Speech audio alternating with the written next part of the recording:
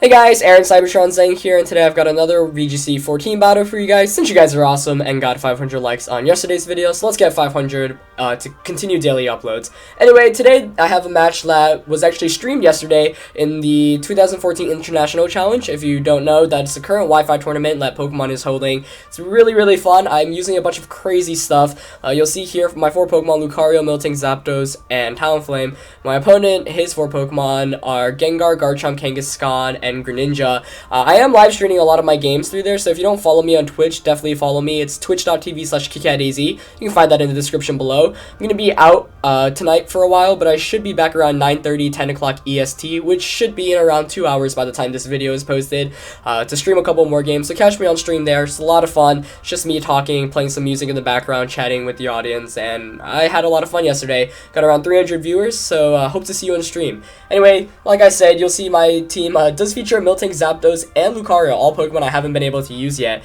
Fortunately, because I do have a friend who was kind enough to donate these to me. Now, in team preview, I could immediately tell that Lucario was going to be huge against my opponent. My opponent had Kangaskhan and Mawile, and Lucario does a pretty good job against both of those. So I lead with Lucario and Miltank because Miltank can give Thunder Wave support right away, and Helping Hand, of course. He's going to go with Kangaskhan and Greninja, and I'm really happy to see that. Now, my Lucario does have Inner Focus, but I expect him to know this and not fake out me in the first turn, so I just Mega Evolve. Kind of a misplay there, and I'll describe later as you see how the turn plays out. But my Lucario, if you're wondering, is carrying a moveset of Close Combat, Substitute, Flash Cannon, and Protect. So, seeing the Greninja, I really wasn't sure what to expect. Greninja often carries Map Lock. Not often, but it is a move that Greninja carries, so I'm not entirely sure whether it is carrying it or not. His Kangaskhan is going to target my Miltank with that Fake Out then. As you see, I am running Rocky Helmet on Miltank, so Kangaskhan instantly takes a third of damage, which is really good. And his Greninja actually does have the Map Lock, which I was definitely surprised by and caught me off guard, especially since he went for the Fake Out. But it was a pretty smart play because it prevents him from any damage from this incoming close combat. Like I said, I definitely shouldn't have Mega Evolved, and I should have substituted on the first turn. That would have ensured a really good turn, unless he targeted my Lucario with a Water-type attack from Greninja. So here I don't want to lose Lucario right away because I'm afraid of, say, a Hydro Pump from the Greninja, so I just make the safe Protect here.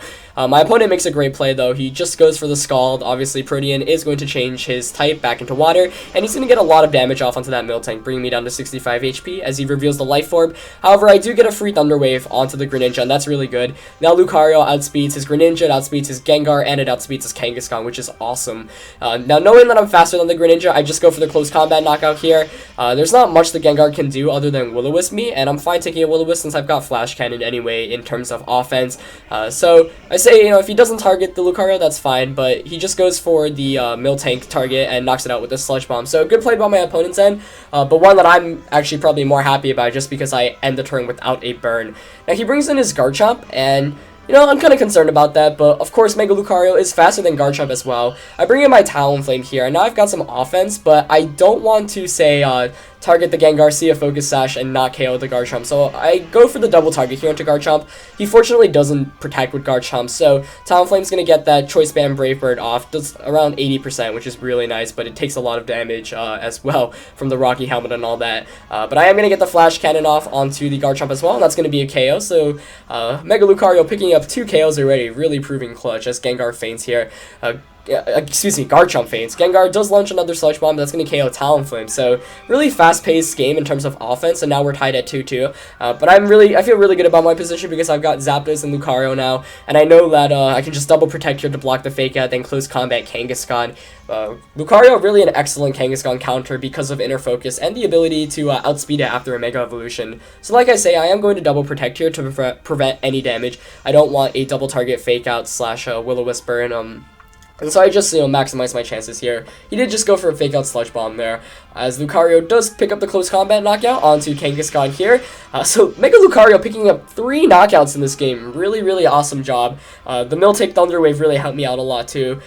Unfortunately, didn't get to use Miltank in this game as much as I would have liked, but it basically did the job it needed to, which was picking up the Thunder Wave onto the Greninja. So he's going to knock out my Lucario here with a Shadow Ball, of course, because I am at -2, and now Steel does not resist Ghost types. I do get a Life Orb Thunderbolt, bring Gengar down to, just looks like 1 HP.